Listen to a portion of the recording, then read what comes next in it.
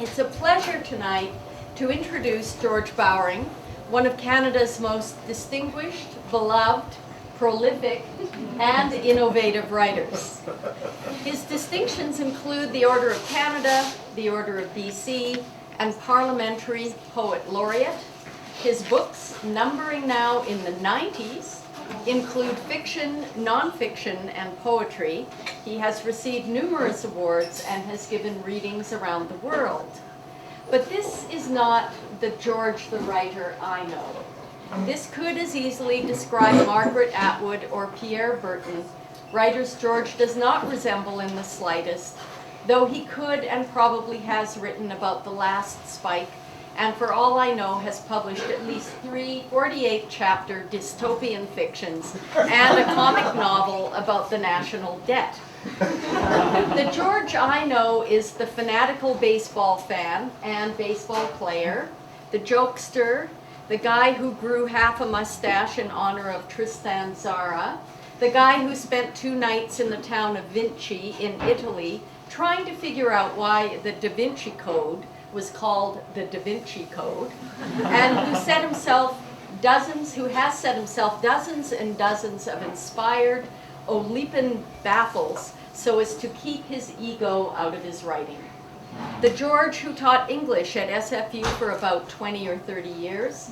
The George who incessantly and delightedly notices the way the world presents itself to us in language and sign. George the punster, George the wit, George who generously keeps alive in conversation and deed the memory of great Canadian poets and writers, such as Al Purdy, whose outhouse, the inside walls of which contain the autographs of hundreds of Canadian writers, is now being restored after being painted over, thanks to George and his wife Jean's efforts to turn Purdy's former house in Ontario into a writer's retreat. George writes, and this is you, George, for decades I have been asking myself the question, what is it about Al Purdy and me? I was the first person to write a book about Al Purdy. I have published several long articles about him, a number of memoirs, lots of poems, and reviews of at least half of his books. I made him a character in a novel, for heaven's sake. I arranged for appearances by Purdy at 4 universities. I carried on a correspondence with him for almost 40 years. We did tandem readings at universities, libraries, and art galleries. We got our pictures taken together more often than Wayne and Schuster. Okay, I would like to thank the Faculty of Creative and Critical Studies at UBC and the Canada Council for the Arts and the Streaming Cafe for making this reading possible. A couple of years ago, I went to Wisconsin, or to Milwaukee to do a reading, and luckily there were some people there that were willing to take me about an hour's drive west of there, where was the home of the late Lorene Niedecker, the great American late modernist poet. And while I was out there, I managed to pick up this little book, which I'm showing you for a reason. She lived in a world that was mostly water. So she had a little house, sort of a cabin really, on the edge of a river, and the river was always flooding. And, well, not always flooding, but this was Wisconsin, so it was flooding a lot of the time. And the ground that the house was built on, and there was no basement, there was just like, it was on sort of like little piles of timber, so it would be above the ground a little bit. And even to get there from the nearby road, you found yourself sponging along as you went. In other words, where she was living, Ms. Niedecker, was almost all water. There was a little bit of land amongst water, but there were also billions of birds, right? So the birds were always diving around and making one heck of a noise on this river. So I was really lucky to get to go out and see that, and peek in couldn't go inside the house, but you could peek in the windows and see the holes in the wall that she had repaired with a flattened soup can and stuff like that. And she's an absolutely marvelous, wonderful poet. And one of her poems is in here. It's called Peon to Place, and it's about her place. And the poem was, she wrote it in one of those, they don't have them anymore, but kids in school, especially girls, used to have these little books in which you could write, oh, you were leaving that year's class for the summer, and you would all write to each other. You didn't have an annual such as you have in school. You just had these little books. Or you'd have little books for your birthday. You'd have little books. They were often called autograph books, and you'd write cute little things, right? Like, sugar is sweet. No. Yeah. Something. How does that one start? Roses are red. Something that's going blah blah blah blah. Blah. Roses are red, violets are blue, butter is fat, and so are you. And stuff like that. So she got one of those books, and she wrote a poem in it that went on and on about her place, and that's what it looks like. It's in her handwriting, and this is a photographic copy of that book. It's in her handwriting, and each page has 5 lines to it, although some lines will have just one word. So that's my introduction to this. Now, I was brought up in exactly the opposite. I was brought up in Oliver, BC, which is, well, we only got water every 4th or 5th year. And once in a while, someone would come in from the coast and with a bucket full of, we'd say, what's that? And they'd say, water. It's water, man. It was a little dry down there in the South Okanagan, all right? Not like up here in what we call the North Okanagan, where we thought it was okay, but it sure rained a lot up here. So I decided to, the context for my poem in reply is in this. This is a book called My Darling Nellie Gray. Came out last spring. It's the longest poem I've ever written. The book is 400 and some odd pages. The poem is 365 pages long. I don't know if that rings a bell.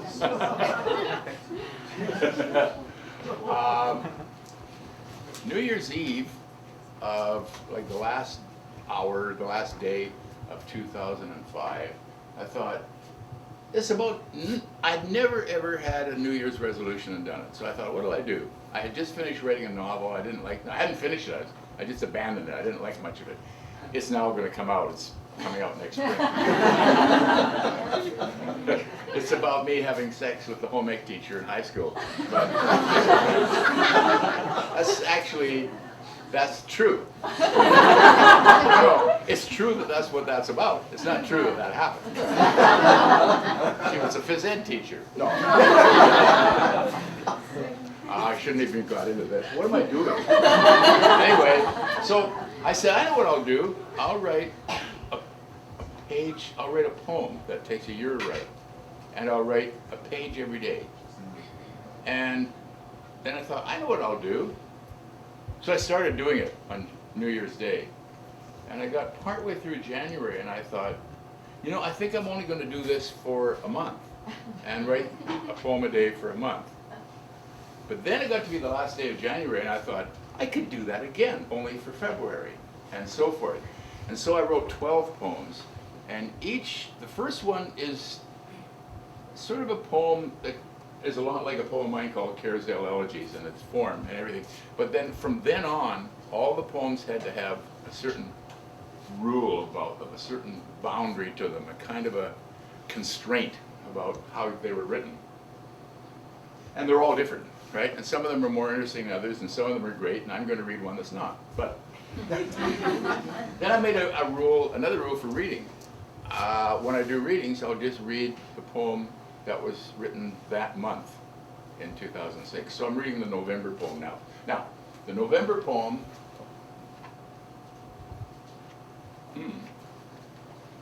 this is one of my books, and there's another one of my books. I use the little one as a bookmark and the big one. See, this one looks like that, just like Lorraine Niedeker's book. In fact, handwriting is, I was surprised to see, is very similar. And you see, it goes on across the pages, but I would stop at the end of the day. And it has 5 lines, et cetera, et cetera. And it's really, really, it seems to be really, really easy to get. It says, and it's called Valley, my humble offering to Maureen Niedeker. Cactus. Hey, did anybody see that movie called Gunless? Yes. That's taken where I used to play cowboys, exactly in that spot. Isn't it a wonder? It's a great, great movie. If you haven't seen it, rent it. It's just wonderful. About this American guy, a cowboy gunslinger that winds up in Canada and tries to start a gunfight, but nobody's got a gun. Right? It's the best movie since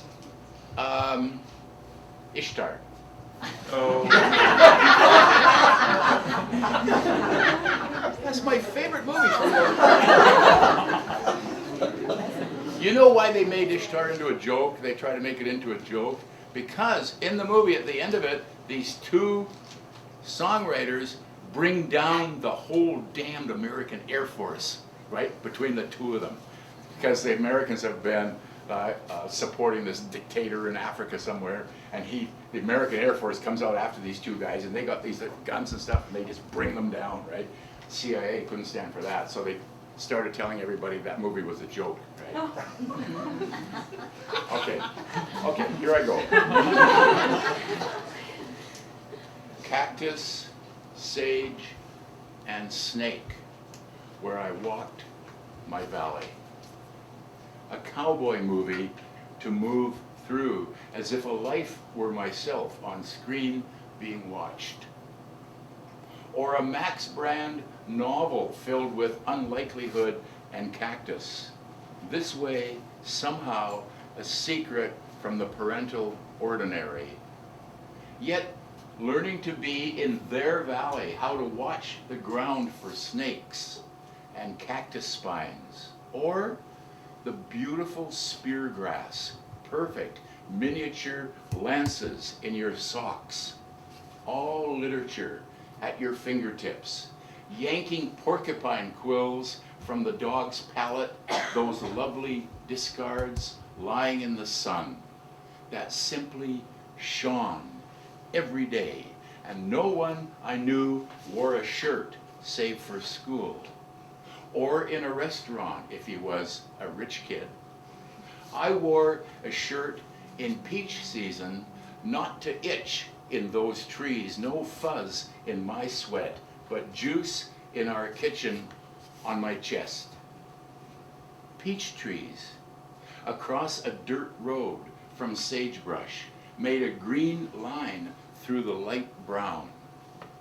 So much water in our desert, river and lakes, irrigation, ditch, everything filled with green slime. Long strands, heavy on your face, so happily under water. A map of the ancient glacier lines on a rock face, a story too. A coyote tells us his lies as we listen after dark. A howl echoes off the bluff, music for a tricky heart, mystery for a book boy. Shelley could steer as he read. This coyote boy sat in a hillside cave, a western novel in his left hand. God's brown grass out in the sun, also his own land, you are allowed. Odor of sage is memory, a purple refusal to rhyme save with itself. One's automobile will be filled with the scent of sage. How wise to drive my valley south. We thought south our direction, sun leaning in from our south on our southern side, where the light's foot beckons and the brightness begins. But still, we'd watch the ground before us, listen for rattle of a fast tail, head down, as if humble. My father, glistening with perspiration, rounded third, and otherwise carried lumber at work. He taught me to sweat, a 5-mile paper route, cleaning green slime from the empty town pool, sunstroke hospital, setting pins with no shirt. Okay, in a small town, lied about my age, to sweat in Mac and Fitt's packing house, toiled in orchards, no Eden in this valley. Tourists loll on beaches or gobble cherries, wonder where the air conditioning is if they're Americans. Both my parents were born in Alberta, came to the Okanagan as kids. The earth now semi-vertical. The earth, once under a glacier, so much made of rocks round as apples, a dry, round place where a coyote sits and grins at me. He wins every race we enter. He's pointy face. I'd call my little brother, if he'd pay attention, if he'd list me as other under the striations of this valley.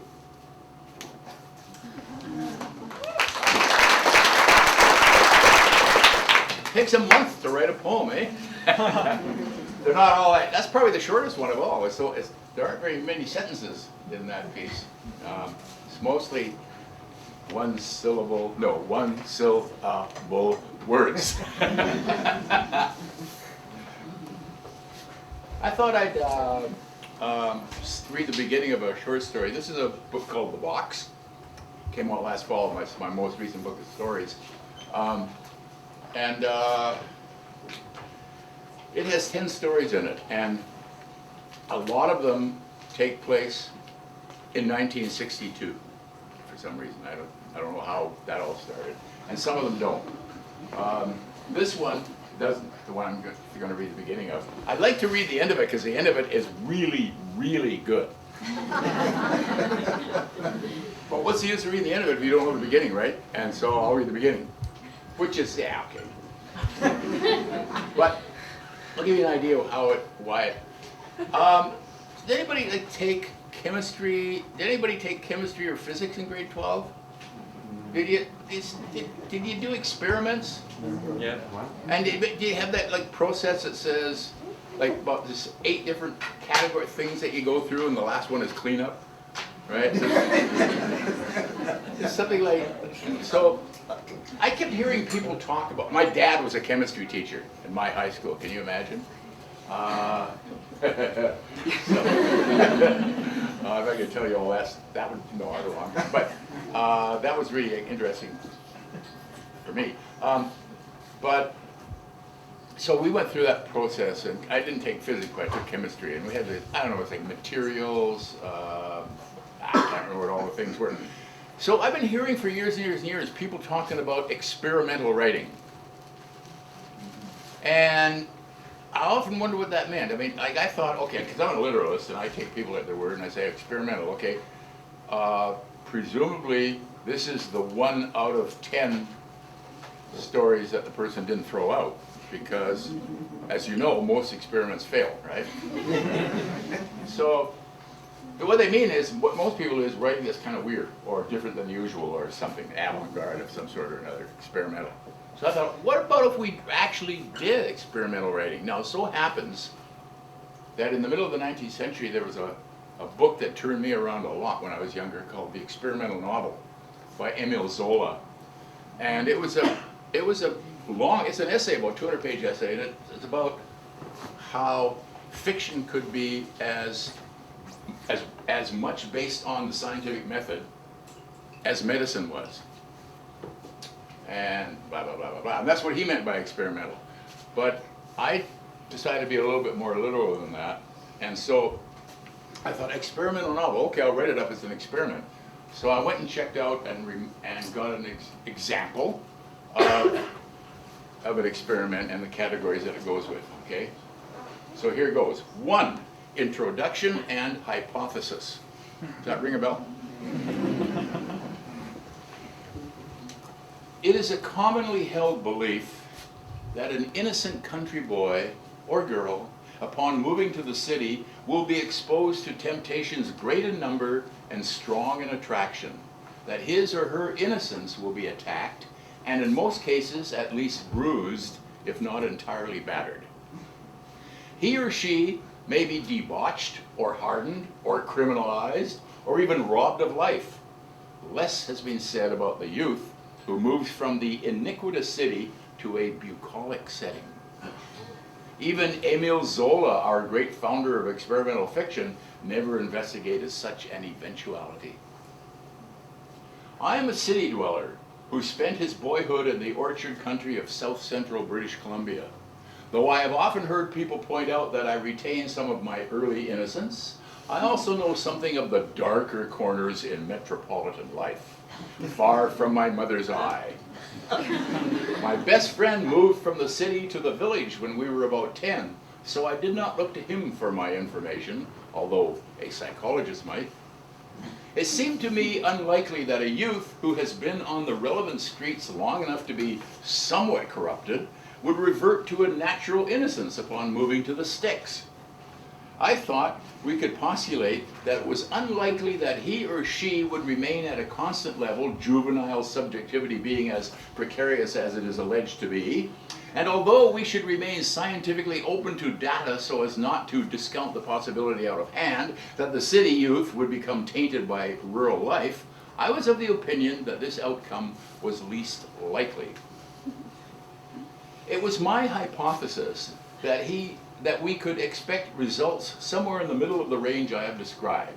I thought that a streetwise Vancouver youth would, after interacting with the natural setting, the social tapestry, and the native individuals of the South Okanagan Valley, begin to develop characteristics that would make him resemble Huckleberry Finn more than Stanzalalian, to use a couple of standards set in an earlier time in the United States.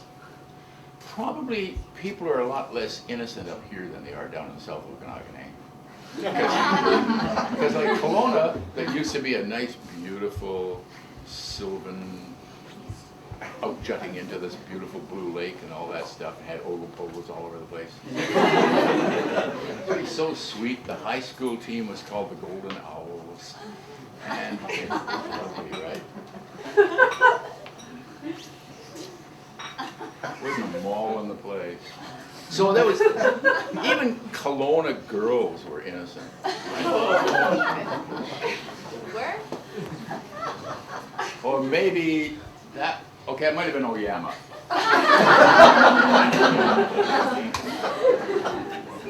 2, materials. I thought for some time before I decided to select a boy rather than a girl, and rather than a number of boys or girls or both. I found a 14-year-old white boy with an English last name who was living on West 14th Avenue near Oak Street in Vancouver, a gentle, flat area not far from Vancouver General Hospital, where his mother, a single parent from the word go, was a nurse in the maternity ward. She just plain grew tired of living in the city, where you cannot find a parking spot, and the bus never comes, and accepted a position at the Royal South Okanagan Hospital in Lawrence, one of the smaller towns in the valley. I just followed other people's procedure and renamed Oliver Lawrence. I figured Oliver could be a first name, could be a last name. Lawrence could be a first name, could be a last name. Great, I thought. I found it. So all my life I've been calling that Lawrence, right? Then I find out that Jack Kerouac, he sends his kid, goes from Lowell to Lawrence, Massachusetts, which there really is one of. But the boy's name was Drew, as were about 20% of the boys in his classrooms at school. He was between grades 9 and 10 when he and his mother moved into a 2-bedroom house within walking distance of the high school. Drew had never lived in a house, and the prospect did something to alleviate his unhappiness at leaving his companions behind. He also felt a little better when he saw that the boys here in the sticks wore the same outfits as did the boys at his old school. They were just as eager as he was to wear things with the most popular brand names and logos on them. They wore long, silky basketball shorts and huge sports shoes made by children their age in Asian factories. Drew had been masturbating regularly for a year and a half, and had once placed his hand on the warmer part of a girl's thigh, but most of his sexual experience came via the internet. He did not know that his mother, who shared the computer, could click some square and see a list of the internet sites he had visited lately.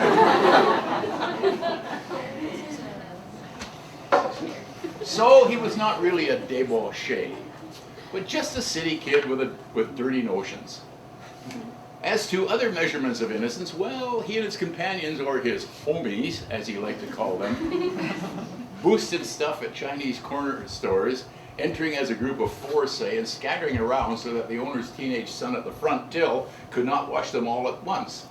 The same guys would open the door of any parked car that was not locked and gather change or CDs or items of clothing.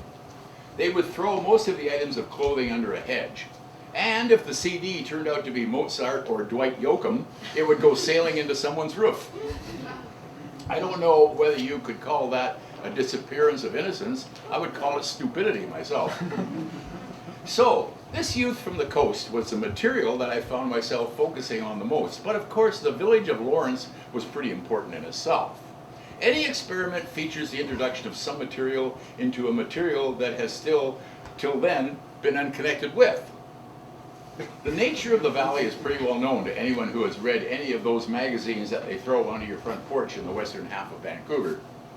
Vineyards stretch green along the formerly light brown benches of the valley's hills, and whatever orchards remain range along both sides of little Highway 97, which has been getting more and more secondary since Highway 97A was put up a few decades ago to zip travelers from the Kootenays to the coast. More than half the trees bear apples, and the rest sport, in order of their picking seasons, cherries, apricots, peaches, pears, plums, and prunes, as well as a few other fruits that are more for family interest than for commercial use. I'm skipping a couple paragraphs. When Drew and his mother moved into the valley, it was pear and prune season.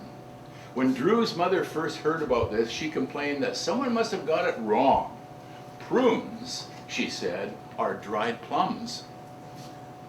Old people eat them, or drink their juice in order to regularize their excretion. She is a nurse, after all.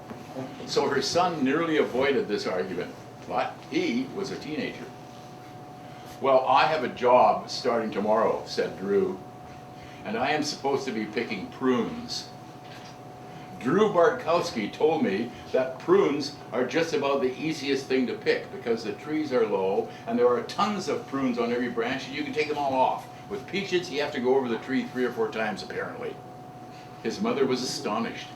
It had been a long time since she had heard him say 3 sentences in a row. Plums, she replied. You will probably be picking plums. Drew said prunes, and he lives here. So do we, said his mother. Well, a job. Now let's see, what will you need? Sunblock and a lunch, said Drew. I really want to get to quantitative data. 3, procedure. Oh, except the most beautiful part of this story happens towards the end, where Drew sees Mrs. Van Horn. Oh, well, okay. They probably got copies of this in the bookstore, the box, right?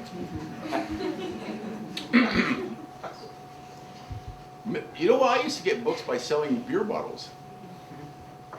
Procedure.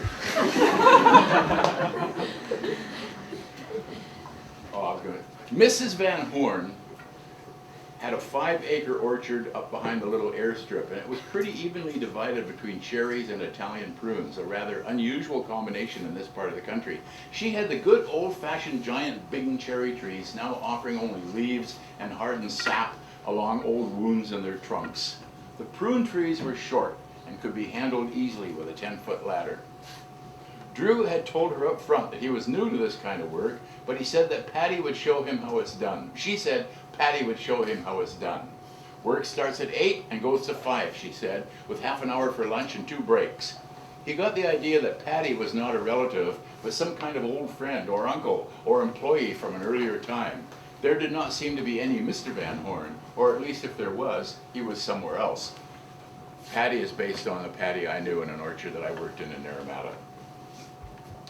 Most of the orchard women around here would be up in a tree picking or driving the tractor around, but Mrs. Van Horn did not do that sort of thing. She was a painter, she said, and worked on the shaded patio of her little square stucco house in the middle of the orchard, or inside the house itself. She left Drew to Patty, who had thick curly white hair that he did not put a hat on despite the desert sun, and a pipe that was always in his mouth, sometimes with the bowl upside down. He showed Drew how to move his ladder in the high grass, where to hang his picking pail. Mainly, he showed him how to handle the fruit. He said that you should not yank the prunes off the branch, but lift them off backward. It's the same with everything, cherries, pears, and all. And don't drop them into the pail. You don't want to handle fruit the way you see guys throwing it into bins at the supermarket in Vancouver. You want to hold it gently, as if it were your girlfriend's tit. Drew didn't have a girlfriend, but he felt his face going red anyway. He had just a minute ago been thinking of Mrs. Van Horn's tits. He had once heard the word breasts and thought it was the most embarrassing word ever. While Drew picked his pail full and carefully emptied it into the boxes and moved his ladder, he felt the hot sun on his sun-blocked neck. Pretty soon he said to hell with it and took off his shirt and hung it on a low branch that had no more prunes on it. But now his white West Coast back was bared to the sun, and by late afternoon it was 40 degrees in the shade, and he was not in the shade all that often. He managed to rub sunblock on the backs of his shoulders all right, and got a little awkwardly around the side of his rib cage, but he could already feel the burning air in the middle of his back. He couldn't ask Patty to rub it on, could he? Patty, who didn't wear a hat. Drew was wearing a green baseball cap with some incomprehensible skateboard logo on the front. By lunchtime, he was already pink and red all over his back. Sweat was running down his legs, and he decided that tomorrow he would wear shorts instead of jeans, and he would sunblock his legs. He sat down on the trailer that was hooked to Mrs. Van Horn's little tractor and looked at the pitiful little stack of prune boxes he had filled. Patty had filled 4 for each one he had managed, and Patty's boxes did not have leaves mixed in with the purple fruit. He smelled the tobacco from Patty's pipe and contemplated bringing cigarettes tomorrow.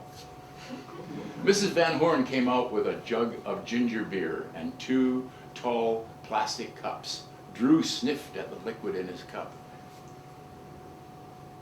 "Best thing in the world for this climate," said Patty in an accent that may have been Irish and may just have been old-timer. "That and salt tablets. I never bother with the salt tablets, but there's them that does." Mrs. Van Horn was wearing old-fashioned white pleated tennis shorts and a man's shirt. There was a streak of blue paint on the outer side of one thigh. She had put the jug down on the trailer beside Drew and was turning to head back to the house when she stopped and looked at him. "You're going to have a bad burn on that back. It's going to peel something awful. You should have sunblock on it," she said. "I can't reach," he said, and had not started eating his sandwich.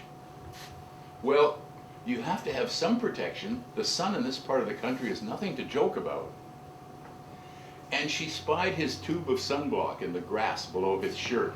When she bent to pick it up, Drew felt that he should be looking elsewhere. But he was not fast enough. Then she was squeezing a big gob of sunblock cream onto the palm of her hand. She rubbed her palms together and approached him. "Give me your back," she said. He could not speak, really, but he managed a kind of throat sound with his mouth closed. Then he felt her hands on his back. They were strong and unhesitating. It must be because she is an artist, he thought. He felt like a piece of art. He didn't know what he was feeling. Her hands moved all over his back, from the back of his neck to just a little in at the top of his jeans. Her hands seemed to go on forever, for a long time anyway. She lives in the Okanagan Valley. She understands how to do the sunblock business. He felt her hands on the sides of his waist, and the fingers went just a little around front. He was going to have to sit here for a while. There was no chance of standing up, not just now. Patty was nowhere in sight. "There you go," she said, and she was walking back to the house, holding her hands in the air in front of her. 4. Quantitative data. Number of flats or boxes of prunes picked by Drew between 8 a.m. and 5 p.m. on his first day, 19. Number picked by Patty, 79. Minimum temperature between 8 a.m. and 5 p.m., 18 degrees centigrade. Maximum temperature between 8 a.m. and 5 p.m., 41 degrees centigrade. Number of prunes eaten by Drew between 8 a.m. and noon, 21. Number of prunes eaten by Drew between 1 p.m. and 5 p.m., 1. Number of erections experienced by Drew before noon, 4. Number of erections experienced by Drew after noon, 22. Number of erections experienced by Patty, none.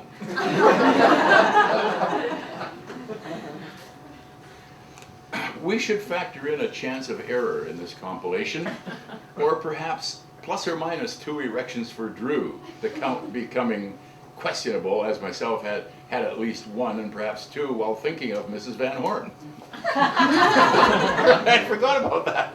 This occurred by accident as my mind drifted away from the scene in the orchard and over to and inside the little stuccoed and vine-covered house, where it was cooler than it was in the sunlight, but still warm enough to induce the shedding of some clothing, as for instance by Mrs. Van Horn, who was unbuttoning her shirt and moving her shoulders to get free of it until she wore nothing but the tennis shorts and one of those scalloped bras that do not enclose the breasts, there's that word, so much as they hold them up a little from underneath. Mrs. Van Horn, being of average height, stood on a chair and raised herself upon her tiptoes to bring down the curtain rod for the living room window. It was, I suppose, time to wash that off-white curtain. It was Heisenberg, wasn't it, who proclaimed that during a scientific observation, the observer affects the experience in observing it. In the sharp formulation of the law of causality, if we know the present exactly, we can calculate the future. It is not the conclusion that is wrong, but the premise. The path comes into existence only when we observe it. Cause and effect was such a revolutionary idea when the scientists and then the medical doctors and then Emile Zola got hold of it. Then along came those 2 white pleated tennis shorts. Along came those white pleated tennis shorts. They were old-fashioned, and that means that they had buttons rather than a zipper. All right, we are doing quantitative data. There were 4 white buttons. And then there's qualitative data and calculations and results and conclusions and that, okay? I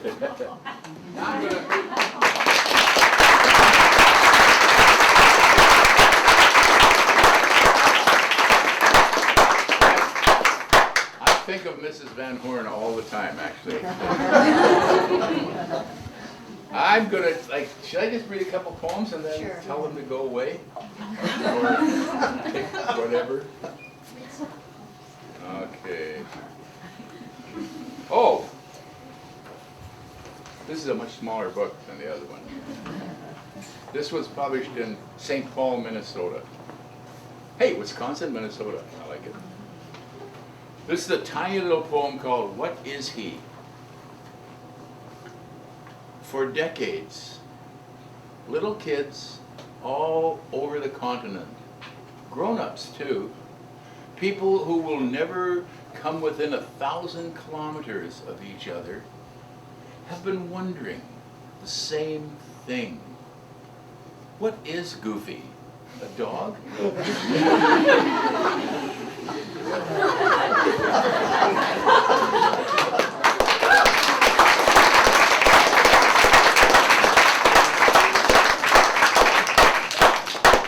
Isn't that true? Haven't you all wondered about that? Because Pluto's a dog.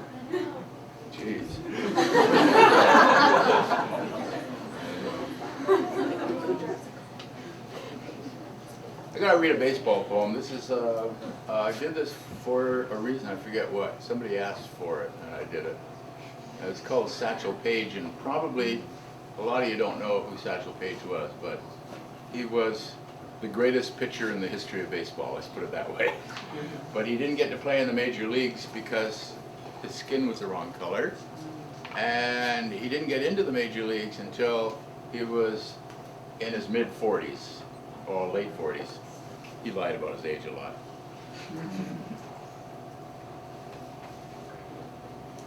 Satchel Paige, July 7th, 2006. According to some books, Satch is 100 years old today. He's pitching somewhere. It's from Leroy we learned that looking goofy is a way to be hip as you'll never be. We knew the Globetrotters could have whooped the Fort Wayne Pistons. Satch wasn't about to fetch it. He told us baseball turned him from a second-class citizen into a second-class immortal. Too bad baseball got played in the U.S., where Ty Cobb was afraid of darkies, where Babe Ruth got 60 home runs off tired white men the year Satch turned 21. You know, the year you're called a man.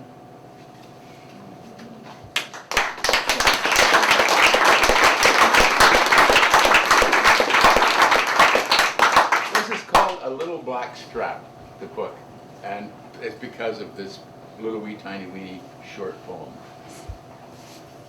with no title. Hey, the book has a title from a poem that has no title. That's a first. The way a woman looks down while she's hooking her bra together in front, then turns it around her body and puts her nude elbows out, and then quietly lifts a little black strap over one shoulder. That's that sentence fragment, by the way. It's dangling tongue. Never mind clapping. No more clapping, because like I'm going to do a dance after, and I'm going to read you one more poem. Oh, no, I'd read this poem, but it's got a bad word in it. Woo! Would I get in any trouble if I said, what if I said fuck a couple times? That's good or bad? Oh, it's funny. Did Percy, the greatest poet in the history of the English language, was Percy Bysshe Shelley, right? And so he's my very favorite. I have a huge picture of him in my study. I got two. You do not. Wait a minute. No, you don't. Yeah, I do. Do you? Yeah. In my study, I got a framed picture of Charles Olson and a framed picture of Shelley, which I bought in Rome. So, okay.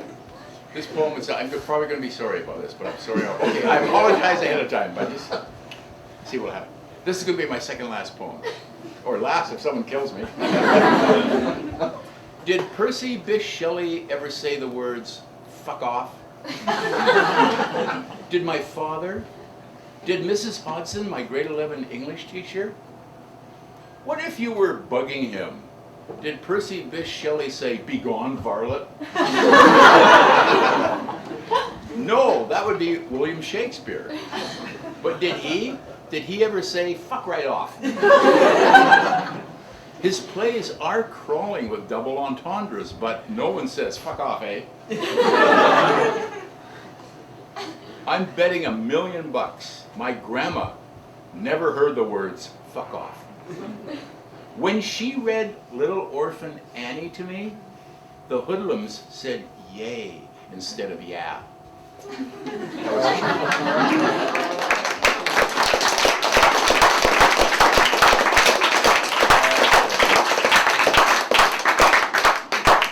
Okay, here's my last poem. It's called I Like Summer. It probably makes a lot more sense to people my age because it's got references to bebop. Well, one of the most famous bebop tunes that we're talking about Dizzy Gillespie and Bird was called Scrapple from the Apple. And the apple was the nickname for New York, and scrapple was a food that people of the African American persuasion eat quite a lot. And I always wondered what scrapple was. So a few years ago I went to Washington D.C. and went to a place I hope you'll get to sometime if you haven't been there already. The, oh shit, what's it called? The Florida Street Diner, I think. Anyways, one of the great black diners in downtown Washington, and ordered scrapple. And was it ever good? And what it is, you know, when it was invented in Philadelphia, whenever you've been in a cafe and they've been cutting meat, of various kinds of meat all day long on this cutting board and everything, and there's pieces like all over, they gather up all the pieces, throw them in a frying pan, sometimes with eggs, sometimes with butter, pepper, and fry them up. And you eat it, and is it ever good? So that's a reference in the poem, and oh, it even mentions the name of the poem in here, so that's sorry. Okay. All right. This is the kind of poem you write when you've been reading John Ashbery for a little while. I like summer. I like summer so much. The way the tiniest rock gets a shadow behind it. The kind of shadow that makes Mars photographs so interesting. The rocks and shadows you never thought of when you were a boy, imagining a voyage to Mars or other planets you preferred because the general run of boys your age were Mars fans. The way they were Roy Rogers fans, so you were a Gene Autry fan, and a Red Sox fan because they knew no better than to favor the New York Yankees. And that continues so that now young women visiting from Japan wear pink hats with white New York Yankees insignia, and their boyfriends have their hair dyed blonde, but that doesn't really work because Japanese hair seems to go orange when you dye it, which is fashion, isn't it? You have to hand it to someone who makes an asset out of what looks like a drawback, hence the invention of scrapple, which I tasted for the first time at the Florida Avenue Grill in Washington, having always wondered what Charlie Parker and Diz were talking about that winter's night in 1947. Thank you.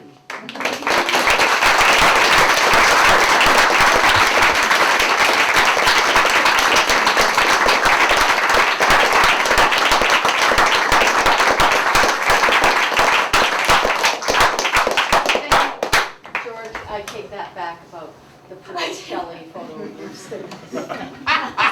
Oh, you thought it was in my bathroom.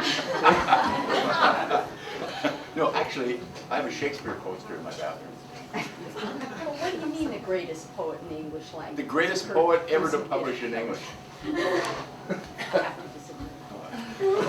Anyway, yeah, he's okay. Yeah. Thanks She's everybody. holding out for Milton Acorn.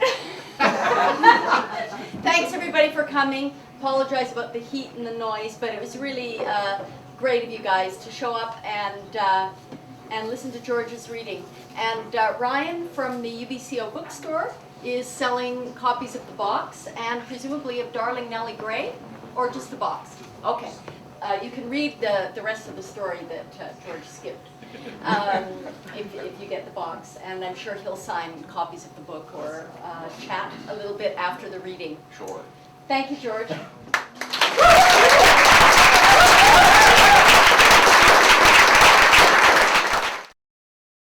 Question 1 then. You spent 2 years as a poet laureate. Now, first off, could you clarify for me what the heck the poet laureate does? There you go. See, I didn't know. They didn't know. Parliament didn't know. It's really interesting. There's a little wee thin magazine called Canadian something Inquiries. Canadian something Inquiries. Notes and Queries. And they put out a big, thick issue which comprised all the discussion in the House of Lords and the House of Commons about the About the purpose of the laureate? Yeah. And it wound up that they didn't know what it was either. So we were just trying to define it while I was there. And well, one thing, like the next question people always ask is, do you have to write a poem when the Governor General gets married or? Yeah, because back in the medieval period, the poet laureate was hired by the king for the price of like a keg of wine Yeah. to write poetry about, the birth of an heir. Well, they didn't have them in the medieval, but they had them in the the Renaissance or something. Yeah. Yeah, I can't remember who the first ones are, but yeah, you're right. They're supposed to get a butt of sack, right? Some kind of wine, and sherry, I think it was. Yeah. But so I was complaining about that, and the city of Oliver. That's what we were talking about before. The town of Oliver, my hometown, decided that that I should have got some wine. So they made me I'm a citizen, so I can vote in Oliver now, and they gave me the keys to the city, and they gave me a barrel of wine, which comes to 25 dozen. So I had, so that's what we were talking about before. No, so I just, I saw it as something to define while I was at it, which involved a lot of traveling to places I'd never been before. And people always, like, I got all kinds of invitations, and I'd always have to pick between them. I remember one of my favorites was, I was asked by Montreal and Campbell River at the same time. So I went to Campbell River, and Montreal was really pissed off. their festival and so on. I went the year after that to there. So I got to go places I'd never been before, and it was like Northern Ontario and the East Coast and stuff, and it was really neat, sort of spreading the word. Then I set up a site on the computer and had a thing called the Poem of the Week, in which I wrote away to poets, or in a few cases the poets' heirs, and got permission to reprint a certain poem and paid them $100 for it. And they did that for a year, so I think that was 50 some odd of those things. They asked me a couple times if I would write a commemorative poem. One time the Governor General said she was going to Spain the next day, and she wanted me to write a poem to the Spanish people, and I said no. And then another time somebody asked me to write a poem about, some member of Parliament wanted a poem about something, and I said nah. It was some visiting dignitary, and I said no deal. And then the Canadian Little League outfit were having their tournament, their year-end tournament, and they asked me if I would write a poem for the tournament, and in other words, be the sort of the writer-in-residence for the Little League tournament, and write a poem for their program, which I did. And then shortly after that, I was also the writer-in-residence at the baseball tournament in Trail, Grand Forks, which is a big deal. And I was a poet in residence at a rodeo. All while I was the poet laureate, right? I kept getting all these little side jobs and so forth. That was wonderful. So that's the answer to that question. No. Well, did you find that having this government title or position affected your work in any way?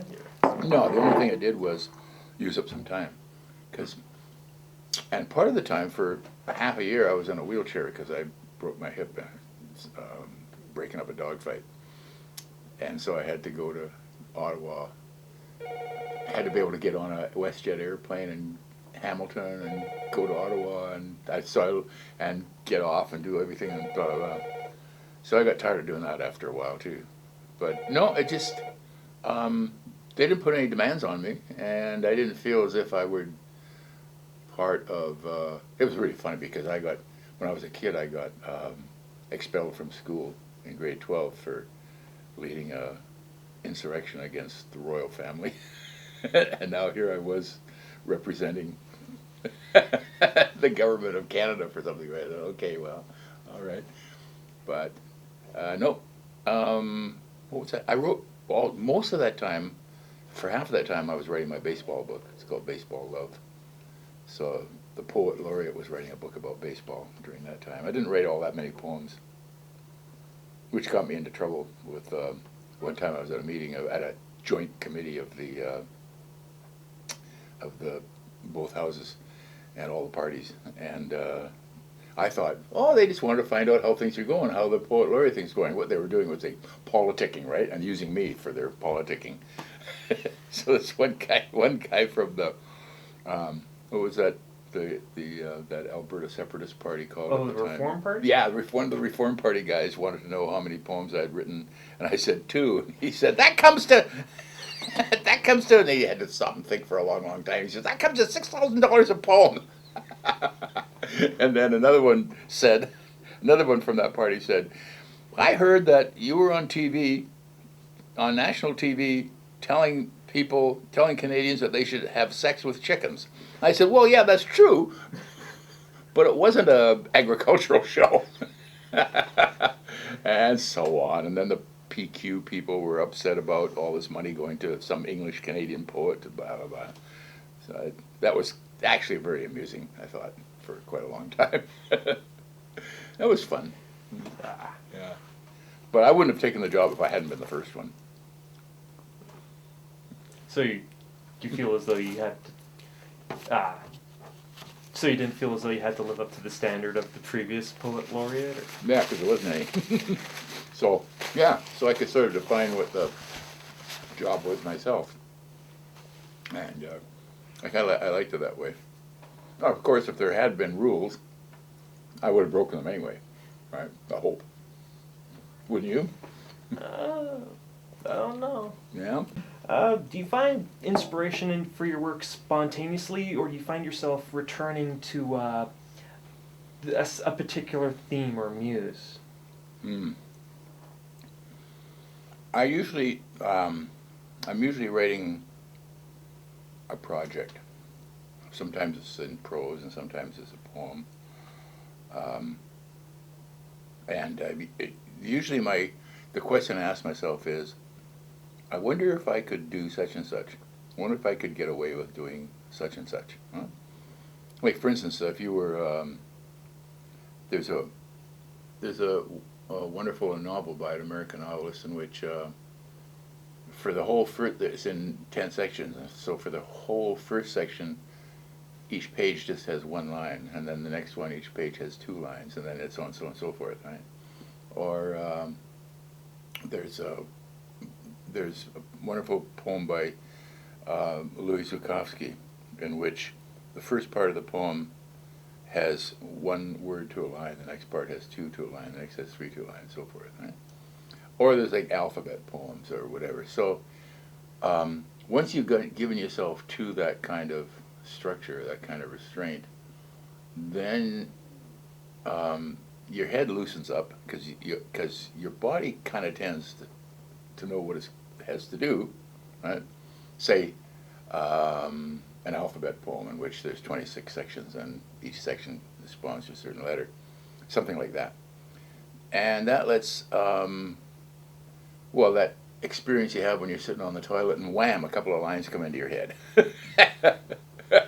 And that feeds the poem, right? It feeds into the poem. And whoever's giving you those lines knows what you're working on. There's the experience you have and away they go. And it almost always works. But if you sat down and said, I want to show somebody what it's really like to have this emotion, it's you might show them, but there won't be anything as a poem. So instead of just trying to get some emotional content across, there's this experiment of, can I do this or can I do that? Yeah, it's like out there. It's what Jack Spicer called something like writing from outside. It's not expressing something that's inside you, but meeting a challenge or trying to do a job that's set up for you, right? And to me, as a reader, that's way to hell and gone more interesting. That's why I don't have much fun at spoken word programs, right? Because they're usually expressing themselves. Oh, how I hate my parents. Oh, how I hate school. Oh, how I hate the teachers. Oh, how I hate cops and so forth. Oh, look at these awful things they did to me, and etc. It's very, so repetitive, and it's all about them, right? Yeah. Wow. That was on the subject, wasn't it? Yeah, Yeah. I'd say that was. Okay, next one. From your experience in teaching writing, would you say that there's some sort of essential lesson that should be imparted, or you think you impart to students? Yeah, but it's usually about reading, isn't it? I mean, anytime you ask any writer any advice or anything they think is important, or they always say, like, read a lot. Like, read an enormous amount. I always tell people, like, read at least 100 poems for every poem you write, you know? And or maybe more. So the only thing I actually took a creative writing course when I was a kid at UBC, and the only thing I got out of it was there were a lot of assignments, and so you had to write every day. Yeah. And that was the most valuable thing I got out of that. So I've never been able to just sit around and wait for the muse to attack me. So that's why I write a lot of different things besides poetry, because I'm always writing something. And right now I'm writing a play, and I haven't been serious about writing a play for many years, and it's because I just finished another project, and I said, okay, well, I got to write tomorrow, so I'll just work on that play. So I say the two things to do is, like, read a lot and write every day, and be prepared to throw out 90% of what you write. Yeah, I've actually taken classes at UBC, so I can understand where you're coming from with that. Yeah. Yeah, I'm not too crazy about the UBC Creative Writing Department. Well, it seems to me they're very isolationist, both from the community. That's to say, they're not connected with Vancouver at all somehow, for some reason. And two, so you don't find out if a writer comes in to read somewhere in UBC. They don't think about telling anybody else outside of campus that this is happening. And it seems to me that the creative writing department at UBC is interested in turning people into professional writers. So I've heard stories about people getting an agent as soon as they get out of school. But God, we'll leave that one alone. I don't want. All right. I don't want to get I won't. I know when not to push a topic. Yeah. Okay. Well. Okay. How about we try this one then? Okay. Reflecting upon your earlier works, do you find that there's been this transition or change between what you were writing then and what you're writing now? Yeah. I guess that's a pretty general question. I think the answer is yes, and the second part of the answer is thank God. Yeah. Well, for instance, well, yes and no, because when I was really young, wanting to write fiction, I wanted to write realist fiction. But I also wanted to do funny writing. And I'm way better at it now than I was then. I'm much more plain a writer now than I once was. But I always have to do something strange or something peculiar. I have to do something challenging, or like write a story. I just recently wrote a short story in which the only thing that happens is description. Because I hate description, right? So, but I was halfway through it, and I was sitting down one night, and I said, wait a minute, I already solved this problem 2 books of short stories ago. And I said, oh yeah. I asked my wife, she said, that's right. And I said, okay. I continued doing the story, but went in a different direction with it than I had in the other one. When I was really a neophyte writer, I wasn't that much given to trying to find peculiar frames to write in, but rather my models were people like, on the one side, James T. Farrell, the naturalist writer, and the other side, Jack Kerouac, poetic writer. But in both instances, they were trying to tell stories about like what really happened, or what was really likely to happen. So I don't worry about that anymore. So that's probably the main difference. Well, poetry, I don't know. Poetry, I used to be a lot more interested in, most of my life I was interested in rhyme. That is, I don't mean rhyme like high school rhyme, but rhyme like the resemblance of sounds.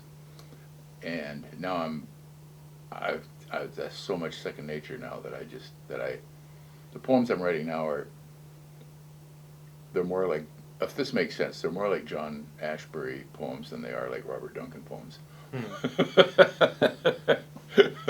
Looks like I got some reading ahead. That's the only way I could describe that. Yeah. Well, on the subject of poetry, you do write within a whole lot of different genres, and Yeah. now you may have answered this question already, but do you find yourself approaching each genre with a different mindset, or with a similar or same mindset? I always used to claim they were way different. I always used to claim that poetry was given to you, and you just like scrambled like crazy to keep up with what the muse had given you. And that in fiction, you sat down there and invented a difficulty to get over. And that was widely true.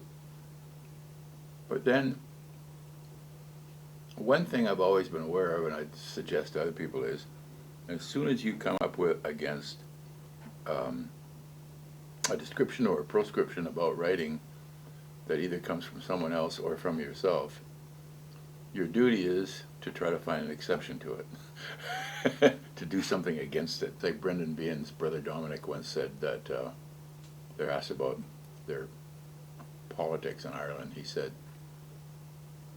if there's a government, my brother and I are against it. So it's a little bit like that with verse or any kind of writing. If there's any kind of rule or form or idea that you've got about your writing that you've picked up from reading it over the last 10 years, and the thing is to try to destroy that, try to go in a different direction. So that's what, but see, then that's a rule itself, isn't it? Oh, that old anarchic paradox. Yeah, handle that one. Yeah. Well, bring it down. My friend Lionel Kearns, the poet, once said, if there's one thing he used it as a title for a book review. He said, there's one thing I can't stand, it's poetry.